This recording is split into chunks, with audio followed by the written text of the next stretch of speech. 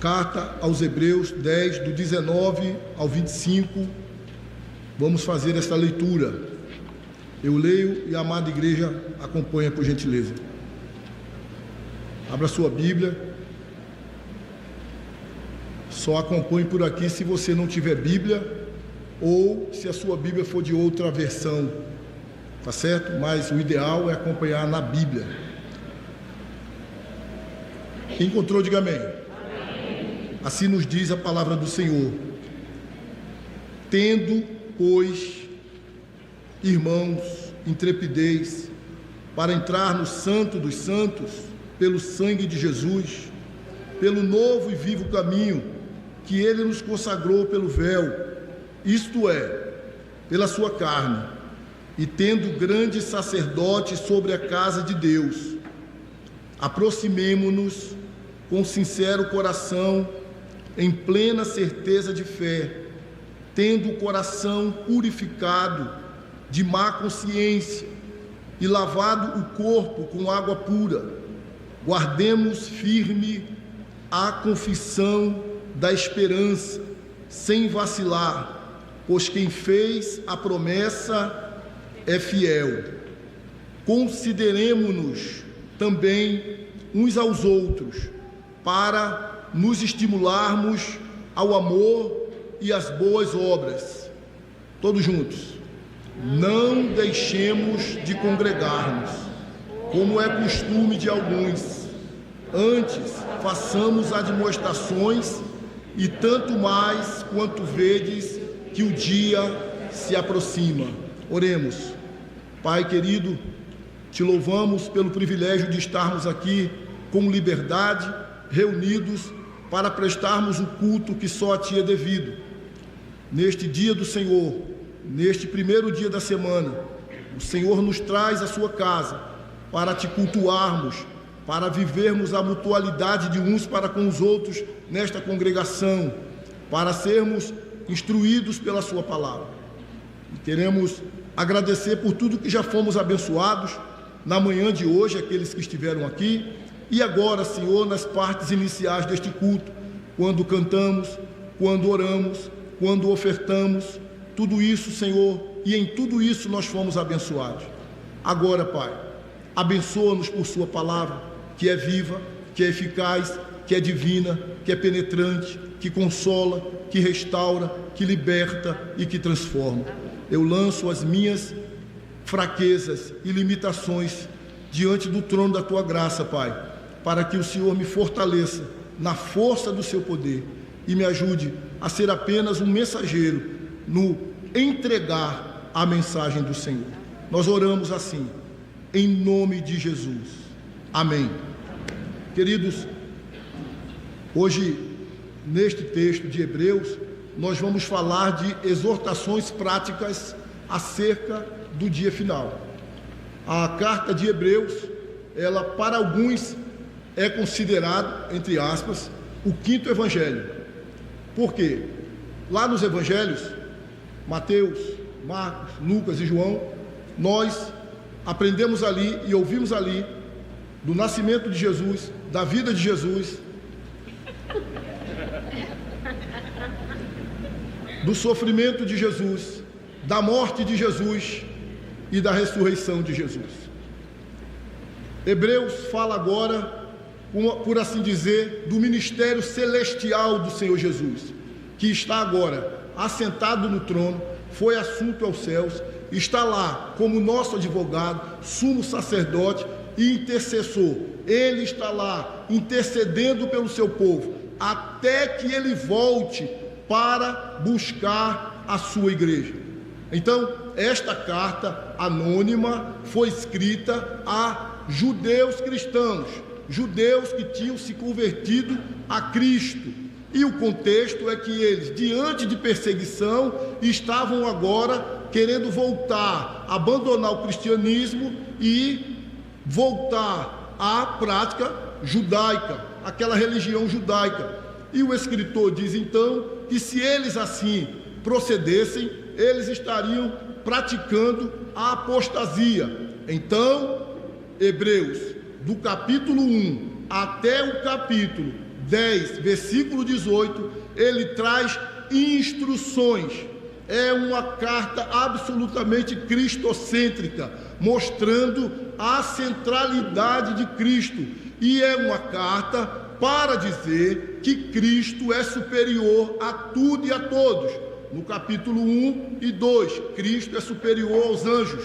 No capítulo 3 e 4, Cristo é superior a Moisés.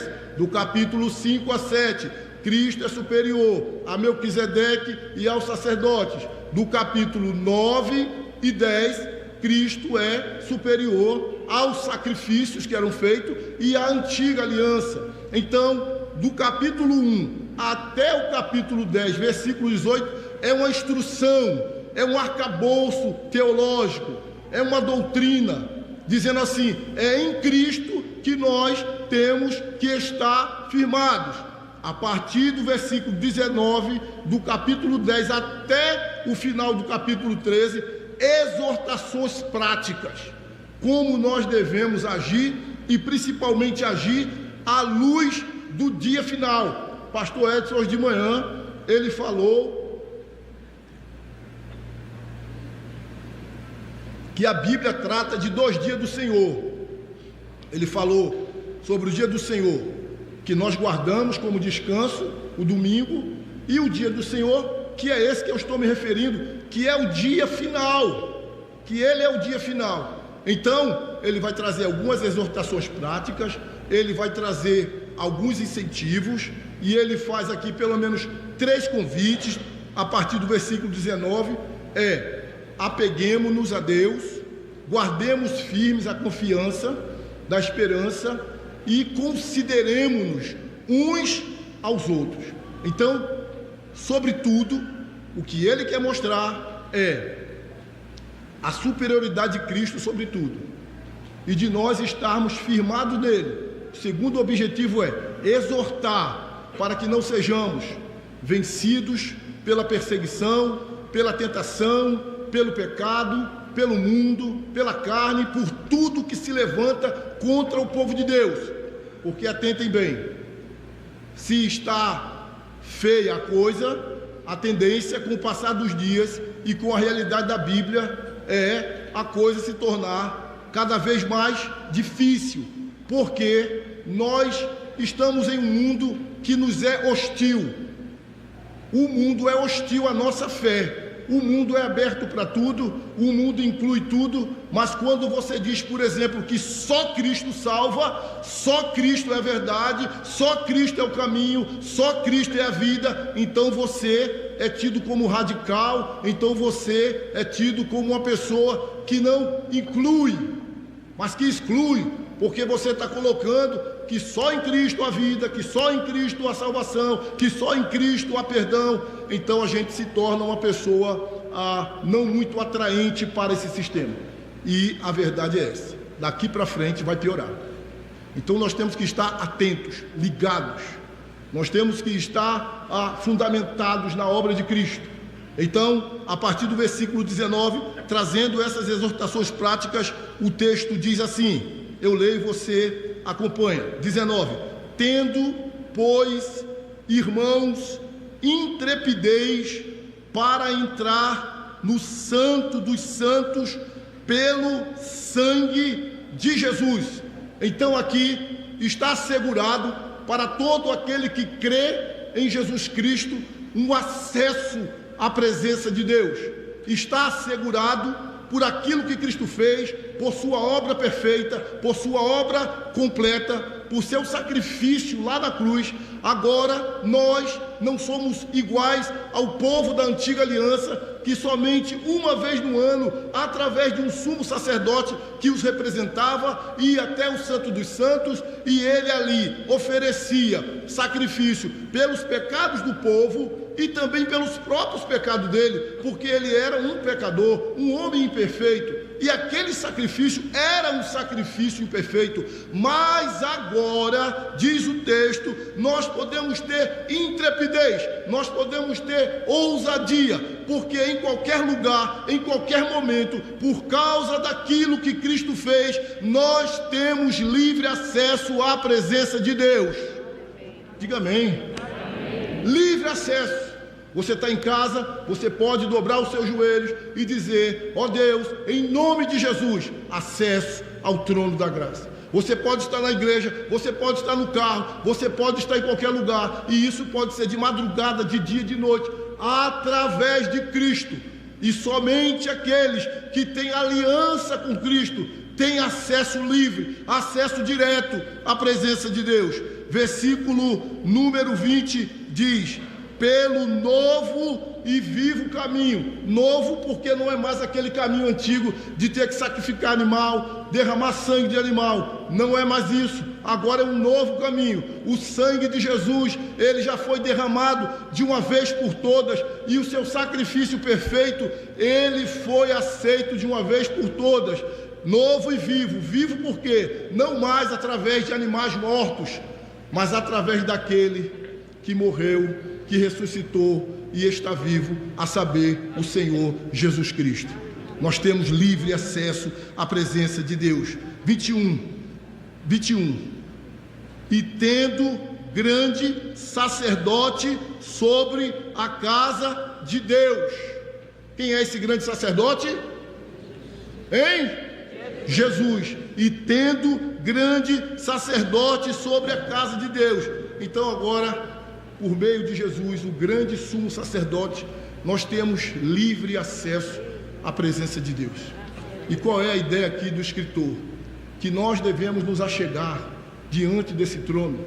Por favor, leve sua Bíblia para capítulo 4, versículo 14 a 16, aí mesmo em Hebreus, para a gente ter uma ideia clara do que o autor quer nos dizer. 14, do 14 ao 16, capítulo 4, do 14 ao 16, diz: tendo, pois, a Jesus, o Filho de Deus, como grande sumo sacerdote que penetrou os céus, conservemos firmes a nossa confissão, porque não temos sumo sacerdote que não possa compadecer-se das nossas fraquezas. Antes, foi ele tentado em todas as coisas, a nossa semelhança, mas sem o quê? Pecado. Acheguemo-nos, portanto, confiadamente junto ao trono da graça, a fim de recebermos misericórdia e acharmos graça para socorro em ocasião oportuna. Então, queridos, é um contexto de perseguição, é um contexto onde cristãos judeus estavam querendo deixar a sua fé em Cristo e retornar a práticas judaicas, e aqui o escritor está colocando diante deles, primeiro, a grande bênção do acesso à presença de Deus. Todo aquele que crê em Jesus, utilizando-se do nome do Senhor Jesus, tem livre acesso à presença de Deus. Acesso. Segundo, um advogado. Nós temos um advogado perante Deus, e assim nós podemos nos manter diante dele sempre, através desse advogado que é em nosso favor. Leva, por favor, a sua Bíblia, 1 João, capítulo 2, versículo 1, falando deste advogado. Primeira epístola de João, não é o Evangelho de João, é a primeira epístola de João, versículo 1 do capítulo 2, que diz: filhinhos meus, estas coisas vos escrevo para que não pequeis. Se todavia alguém pecar, temos o que, irmãos? Advogado junto ao Pai, Jesus Cristo, o justo. Então ele está lá como nosso intercessor, como nosso advogado. Então nós temos acesso à presença de Deus e nós temos um advogado diante da presença de Deus. Diante disso, quais são as exortações práticas que o escritor aos Hebreus traz para nós? Ele diz: achegue-se a Deus pela fé. Nós devemos nos achegar ao seu trono para louvar, para agradecer, para suplicar, para pedir.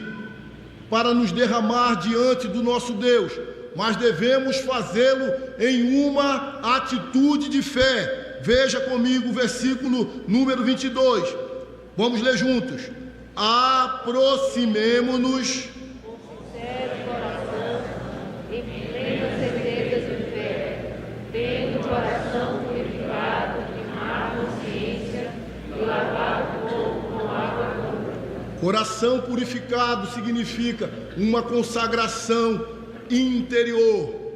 Lavado o corpo com água pura, uma consagração exterior, por meio do batismo, conforme Efésios 5:26, uma consagração interior, um coração transformado, conforme Ezequiel 36:25, não mais um coração de carne, mas agora um coração de pedra. Acheguemo-nos, é a primeira exortação, aproximemo-nos desse Deus pela fé, porque Hebreus 11:6 diz que sem fé é o quê?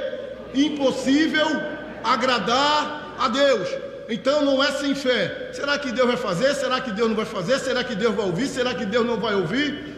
Em fé, na certeza de que Deus, Hebreus ainda 11:6, se torna o quê? Galardoador daqueles que o buscam. Deus é o Deus que recompensa, Deus é o Deus que abençoa, Deus é o Deus que concede dádivas àqueles que se achegam junto ao trono da sua graça, mediados por Cristo, mas em uma ação de quê? De fé. Então, queridos, vamos orar mais, vamos nos achegar mais a esse trono, diante das tentações, diante das provações, diante das tribulações, diante das perseguições. Vamos a esse trono de graça, conforme o texto lido em Hebreus 4, do 14 ao 16, sabendo que ele foi tentado em todas as coisas, e por isso ele sabe o que é ser tentado. Então ele se compadece de nós, ele se compadece de nós, e ali nós encontramos, diz o texto, nós alcançamos graça e misericórdia para socorro em ocasião oportuna. Você não sabe quando você vai precisar de um socorro. Você não sabe quando de maneira súbita algo ruim chegará à sua vida e um socorro divino precisa ser trazido à sua vida. Por isso eu e você, amém, irmãos? Amém. Olhe para mim. Por isso eu e você precisamos estar ali junto ao trono da graça e dizendo: Senhor, eu estou aqui fiado nos méritos do grande sumo sacerdote Jesus Cristo, diante do trono da tua graça, pedindo: Deus, me dê socorro, me dê graça, tenha misericórdia da minha vida, e também dizer a Ele: eu estou sendo tentado nisso, eu estou sendo perseguido nisso, eu estou sendo injustiçado nisso, eu estou tendo uma dificuldade com isso, eu tenho dificuldade com pecado nessa área, com pecado naquela área, eu tenho mágoa, eu tenho amargura, ou eu estou aqui para agradecer o livramento, a vitória, a bênção. Ou seja, nós precisamos nos aproximar em fé, por meio de Cristo, do trono da graça de Deus. E você que tem o costume, talvez você não esteja aqui, talvez esteja lá em casa, de murmurar, de reclamar, parece que chupou 10 limões naquele dia e tudo reclama. Troque a murmuração por oração, amém? Porque fulano foi abençoado, porque fulano não sei o quê, porque aconteceu com ciclano e comigo não acontece e não sei o quê.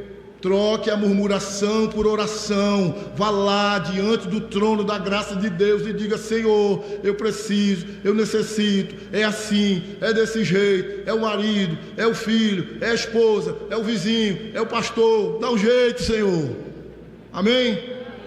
Mas lá, conforme diz, exortando, achegue-se ao trono da graça e o faça pela fé. Às vezes, conversando com alguns jovens, e digo: e a vida sentimental? Não estou mais orando, Deus faça o que Ele quiser. Deixa de ser miserável, pecador. Você tem que orar, você tem que crer no milagre. Isso é uma questão importante, para você não errar, não se abestalhar, não entrar num relacionamento que destrua a sua vida. Então você precisa orar, você precisa pedir discernimento a Deus, para ver se deixa o gabinete da gente um pouco mais vazio.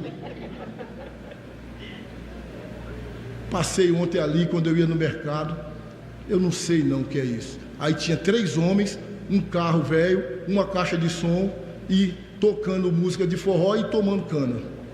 Sabe o que veio na minha cabeça? Um pecado. Que às vezes é esses que as mulheres querem. Os caras beberrão, dançando. Aí a mulher olha e acha bonito e vai atrás dessas tralhas.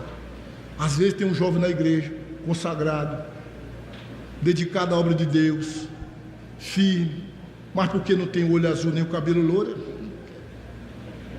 aí se atraca às vezes com uma diaga dessa. Porque nós ensinamos aqui, não entre em relacionamento misto, mas parece que acontece alguma coisa no caminho e a pessoa vai lá e entra. Ela entende assim: o pastor disse que é para entrar em relacionamento misto. Quando a Bíblia diz não faça, a pessoa entende o contrário e vai lá e faz. E depois ainda tem a cara lisa de pedir para o pastor fazer o casamento, contrário à Escritura. Isso não está no texto não, isso só foi um desabafo. Continuando, a primeira exortação é: achegue-se ao trono de Deus, aproxime-se do trono de Deus, em fé, fiado nos méritos do Senhor Jesus, e ali gaste tempo, e ali abra seu coração, e ali interceda pela sua família. Tem coisas que só Deus pode fazer. Escute, tem coisa que você pode usar o melhor argumento. Senta aqui, sente. Olha, chama a mãe conversar com você, ou deixa eu conversar com você, meu marido ou minha esposa, e você argumenta, e você fala, não muda nada. Tem coisas que só Deus pode fazer, e você tem que chegar lá e colocar diante de Deus: Senhor, eu já falei, Senhor, eu já ensinei, Senhor, eu já briguei, Senhor, eu já fiz isso e aquilo, mas eu sei que se o Senhor fizer, o Senhor faz melhor do que eu. Colocar lá, aí fica se humilhando, às vezes na porta de um juiz, ou na porta de um advogado, é uma causa, ou na porta não sei de quem e tal. Por que não se humilhar sob a poderosa mão de Deus e dizer: Senhor, faz, dê o teu jeito, resolve. Porque Deus, quando age, ninguém pode impedir. Amém? A segunda exortação é: achegue-se. Já foi. A segunda exortação: aprenda a viver com o quê? Esperança. Versículo número 23, tá certo? Aprenda a viver com esperança. Vamos ler o versículo 23 todos juntos? Guardemos firme a confissão da esperança sem vacilar, pois quem fez a promessa é fiel. A esperança, precisamos aprender a viver com esperança, precisamos aprender a viver crendo nas promessas de Deus, pois quem fez a promessa é o quê? Fiel. Esperança para o dia a dia, esperança acerca da volta do Filho de Deus, esperança e não desespero, pessimismo, otimismo, não pessimismo, mas esperança em Deus. A nossa viva esperança chama-se Jesus Cristo, conforme Timóteo capítulo 1, versículo 1. Então nós precisamos dessa viva esperança no nosso coração. É olhar para a Escritura, é se alimentar da Escritura, é olhar para o sacrifício de Cristo, entender o tamanho da sua obra por nós e dizer assim: por causa dessa obra perfeita, por causa de Jesus Cristo, que é maior do que os anjos, que é maior do que Moisés, que é maior do que todo sacerdote que já houve aqui nessa terra, que é maior do que todos os sacrifícios de bode, de carneiro, que é maior do que a última aliança. Por causa do que Ele fez, por causa da sua vida, por causa da sua vitória, eu posso ter esperança, e é para frente que nós olhamos. O próprio Hebreus aqui diz lá, 10:35, que nós não somos daqueles que retrocedem, e que Deus não se agrada daqueles que voltam atrás, daqueles que retrocedem, mas o seu prazer está naqueles que avançam, naqueles que progridem. E é óbvio que em meio a dias de dores, em meio a dias de tribulação, de perseguição, por vezes nós nos cansamos, podemos nos desanimar, mas desanimado, mas com esperança no coração, amém, irmãos? Porque aqui o texto diz: quem fez a promessa é fiel, Deus é fiel, e eu tenho que crer, quer sejam coisas boas, quer sejam coisas ruins, porque crente também sofre coisas ruins. Nós temos que crer que todas as coisas, elas cooperam para o bem daqueles que amam a Deus. Então, nós nos aproximamos do trono de Deus em fé, mas nós precisamos guardar firme a confissão da esperança sem vacilar, porque quem fez a promessa, Ele é fiel. E Deus disse para você, na palavra dele, que estará com você todos os dias até a consumação dos séculos. Aqui em Hebreus ele disse: nunca te deixarei, jamais te desampararei. Em Isaías ele diz: eu te sustento, eu te fortaleço, eu te ajudo com a minha destra fiel. Então eu e você, a despeito de lutas, de dias maus, de problemas, temos motivos sobejos para ter esperança no nosso coração e acordar amanhã dizendo: hoje vai ser melhor do que ontem. E acordar terça-feira e dizer: terça-feira vai ser melhor do que segunda. Isso não é pensamento positivo, isso é crer nas promessas de Deus. E ele está exortando aquele povo, e ele está dizendo àquele povo: guarde firme a confissão da esperança. Você não creu, você não confessou Jesus como seu Senhor, não retroceda, não volte atrás, continue dizendo em alto e bom som: Ele é o seu Senhor, Ele é o seu Salvador, Ele é o seu Deus. Não se intimide, não fique com vergonha de proclamar a sua fé, mas tenha esperança e diga: Jesus é o meu Senhor, Jesus é o meu Salvador. E numa linguagem bem nordestina, pode dar o sangue na canela, mas Jesus é o nosso Senhor. E por isso eu e você podemos ter esperança. Então, ele traz esse ensino e fala da fé, ele fala da esperança. E agora no versículo 24, a outra exortação é: ame o seu irmão profundamente. Amém, igreja? Amém. Ame o seu irmão profundamente. Então, as três exortações, eu quero repeti-las aqui: a nos achegarmos ao trono da graça, a aprender a viver com esperança e amar o nosso irmão profundamente. Vamos ler, por gentileza, juntos o versículo 24, todos juntos, vamos lá? Consideremo-nos também uns aos outros, para nos estimularmos ao amor e às boas obras. Então, a exortação dele é de que nós precisamos considerar uns aos outros e nos estimularmos ao amor e às boas obras.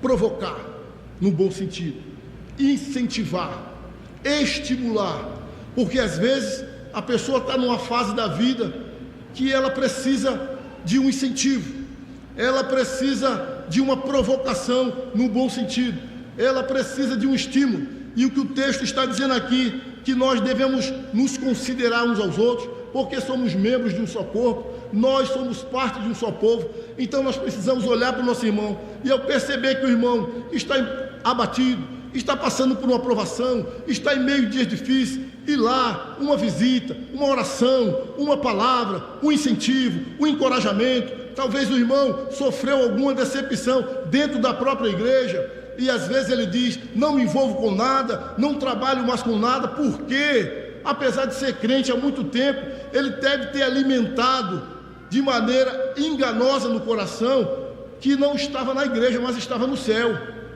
Então ele pensou que dentro da igreja não ia sofrer nenhuma decepção, nenhuma tristeza.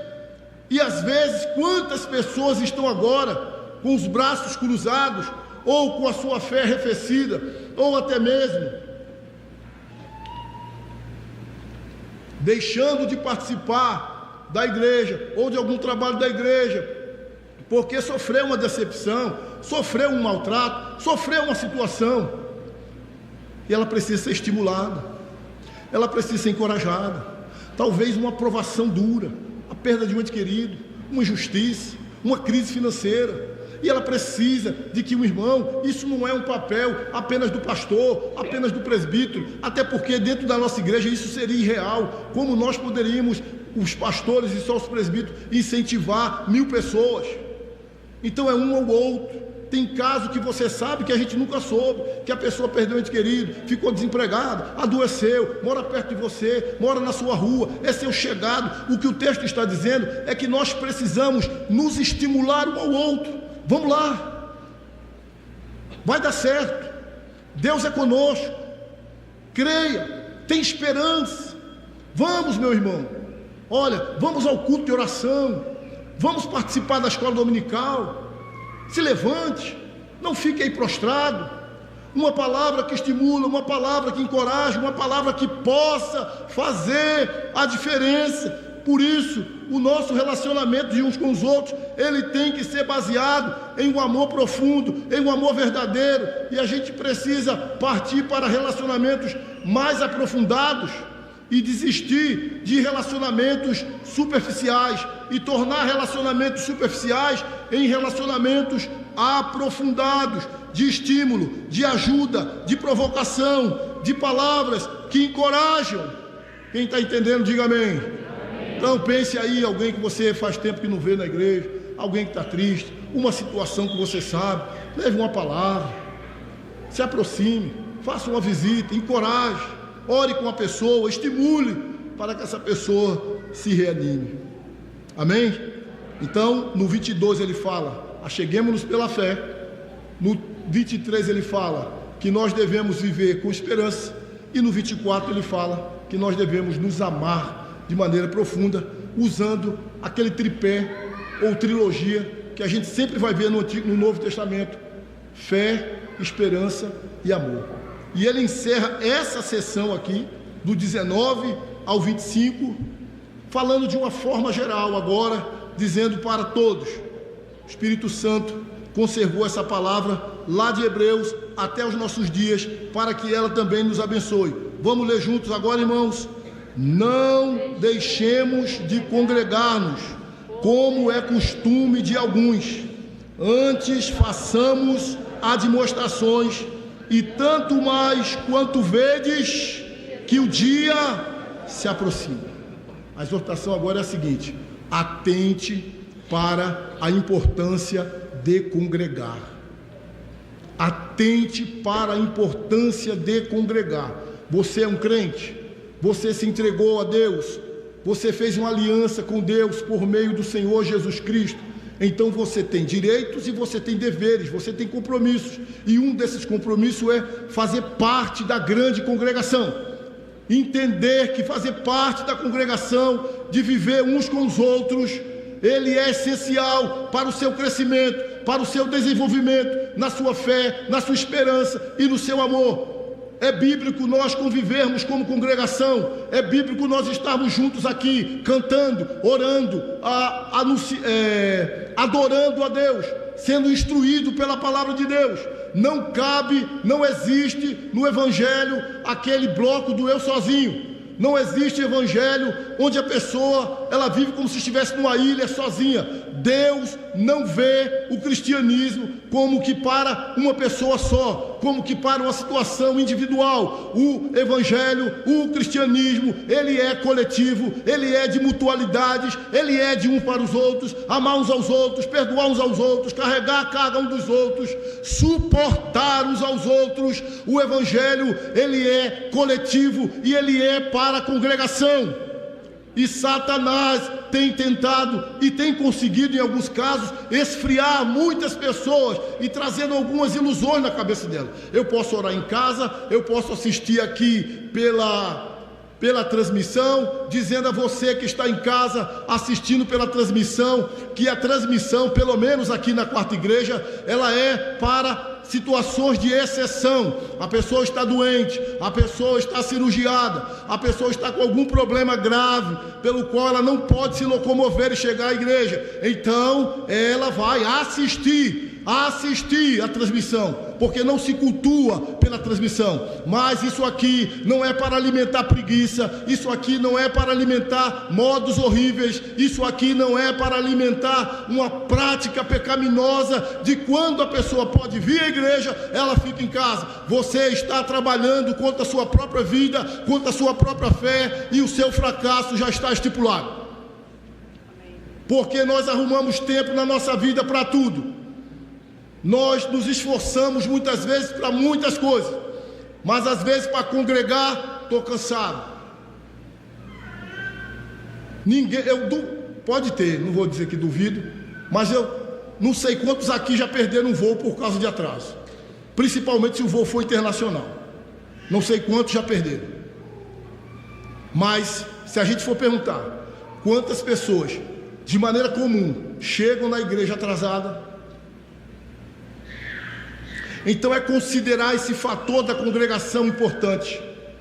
Eu estou indo para a igreja, me unir com outros irmãos, que por vezes pensam diferente de mim, mas ele é meu irmão em Cristo Jesus, e eu vou me ajuntar com o meu irmão, e juntos, congregando, nós iremos prestar culto ao Senhor, sabendo que você não está vindo para o céu, que você não está vindo para uma igreja perfeita a partir de você. Essa igreja não é perfeita. Então, dentro da igreja, enquanto Jesus não voltar, você vai ter dificuldades, você terá problemas, você terá pessoas que estão maduras, outras amadurecendo, outras imaturas e outras que nem crentes são, e está todo mundo aqui no bolo e todo mundo tem que conviver. Então, por vezes você vai ver caso de adultério, caso de fornicação, caso de fofoca, caso de comprar e não pagar, casos que nós não gostaríamos que existisse na igreja de Deus, mas esses casos existem. Amém? Amém, miseráveis? Então você que já está chegando na igreja, está fazendo discipulado, saiba, você não está entrando no céu, você está entrando numa igreja que tem imperfeições. Mas essa igreja aqui, vamos falar da nossa igreja, é uma igreja séria, é uma igreja onde se prega a verdade, é uma igreja onde pastores e presbíteros se debruçam para resolver problemas quando tem ciência deles. É uma igreja que estimula ministério de família, ministério de jovem, ministério de adolescente, ministério de homens, ministério de evangelismo, ministério de ação social, para fazer o negócio andar e para combater os erros. Mas nem assim os erros são inevitáveis. Portanto, um problema com um, problema com o outro, não deve ser motivo para você dizer, não vou congregar, não vou para aquela igreja. Então você vai para onde? Porque toda igreja tem problemas. Amém? Pelo menos, humildemente, Senhor, e com temor, eu posso dizer, aqui se trabalha para pregar a verdade. Ensina os jovens, ensina a família, ensina a mulher, ensina os homens, evangeliza, faz congresso, para a coisa andar, a coisa acontecer, e tem acontecido, amém, irmãos? Porque eu creio que aqui acontece mais coisas boas e positivas do que coisas negativas, mas o fato é que você não está no céu. E a gente luta aqui, faz uma escola dominical boa não, excelente. Aí tem gente que quando termina o culto de manhã, ela vai embora. E o pastor pode fazer o quê? E o conselho pode fazer o quê? A não ser isso aqui: estimular, incentivar, exortar e dizer, pecador, os dias são maus, domingo é dia do Senhor. Há uma escola dominical com material bíblico excelente, substância. Fique na escola dominical. Fique na escola dominical, você não vai morrer não, só uma hora, depois tu vai para a tua casa, assistir tuas besteiras, teu jogo, teu Faustão, teus fantásticos, que você tem direito, mas fique uma hora. Terminou 11 horas o culto, um monte de gente vai embora. E o texto diz da importância de nós congregarmos, e essa igreja aqui, humildemente falando, disponibiliza células, se junte numa célula, vai aprender, vai estudar Coríntios, como nós estamos estudando, faça parte da escola dominical, venha no culto de oração, venha no culto dominical, obviamente dentro da sua possibilidade, porque às vezes tem gente que trabalha de noite, tem gente que faz faculdade, tudo isso é entendido, mas a palavra é para aqueles que podem. Eles podem, eles estão livres, poderiam estar na terça-noite, poderiam estar numa célula, mas eu não gosto, mas eu não sei o quê.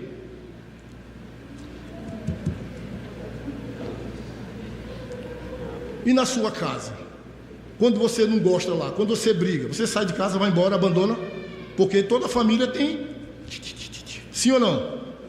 Sim ou não? Você não vai embora. Quando seu patrão dá um relo em você e lhe humilha, você não vai embora. Eu vou me embora. Não vai, porque tem que receber o saláriozinho para comprar comida.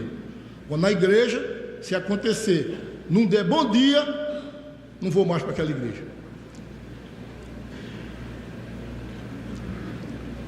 Amém, irmãos? É verdade ou não? Então ele está dizendo, não deixe de congregar, porque a sua fé vai esfriar, porque você vai desanimar, porque daqui a pouco você vai estar jogando nas bets tudinho desse jogo aí, querendo ficar rico. Já é sinal da sua fé fracassando, sabia? Quando você joga na bet, aposta no Flamengo, aposta no Atlético, aposta, fulano vai fazer gol, não sei o quê. Isso é sinal de fracasso na fé, porque crente não joga em bet. Amém, irmãos? Amém. Crente dá o dízimo. Amém? Amém? E acredita que se for da vontade de Deus, Deus prospera ele, Deus enriquece ele, mas não fica jogando em bet. Aí você começa a achar tudo normal, porque não congrega, vem quando quer, vai para o sítio, eu detesto sítio, vai para o sítio, fica lá no sítio, vai almoçar, aí começa a conversar besteira, aí daqui a pouco é 4 horas, aí se eu for chega atrasado, então é melhor não ir, aí não vem. Vem um domingo sim, 2 não, vem 2, faltam 3, isso é compromisso? Isso é compromisso? Você pode dizer assim, que é um crente comprometido, vem um domingo, falta 3, vem 2, falta 4, e quer reclamar das coisas, e quando vê uma falha, é o primeiro a apontar o dedo, e a igreja ralando com todas as limitações e defeitos, imperfeições, promovendo IBD, EBD, célula, culto, sociedades internas. Você participa da sociedade interna, você visita o PH, você visita a SAF, você visita o MP, você visita a UPA, você traz seu filho para o departamento infantil, você conhece a estrutura da igreja. Então, principalmente para quem não é membro, antes de você ser membro, pense 10 vezes, para não ser um membro relapso, desconvertido, descomprometido.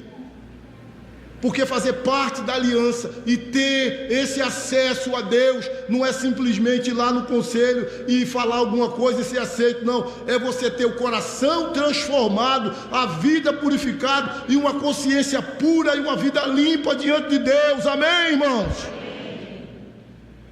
É melhor 100 comprometidos do que 1000 descomprometidos.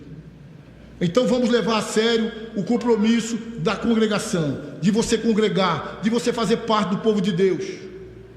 A sério, não é quando eu tenho vontade. Hoje eu não quero ir, hoje tem um aniversário de fulano, hoje tem um batizado de sei de quem, hoje ciclano vai matar uma galinha, hoje não sei aonde vou comer uma cabidela. Domingo, como foi dito aqui, é dia do... Não tem negócio de lavar roupa, vou lavar a roupa porque eu não posso lavar a semana toda, lava de madrugada, meu irmão. O pastor falou hoje aqui de manhã, se você não ordenar bem os 6 dias, vai comprometer o dia do Senhor. Então, quando o dia do Senhor é comprometido, é porque nos 6 dias eu não organizei direito. Então, congregue, leve a sério, coloque na sua agenda, escola dominical, célula, os que podem, culto de oração, culto dominical, participar de uma sociedade, participar do ministério. Você vai crescer, você vai crescer. Amém? Você vai crescer.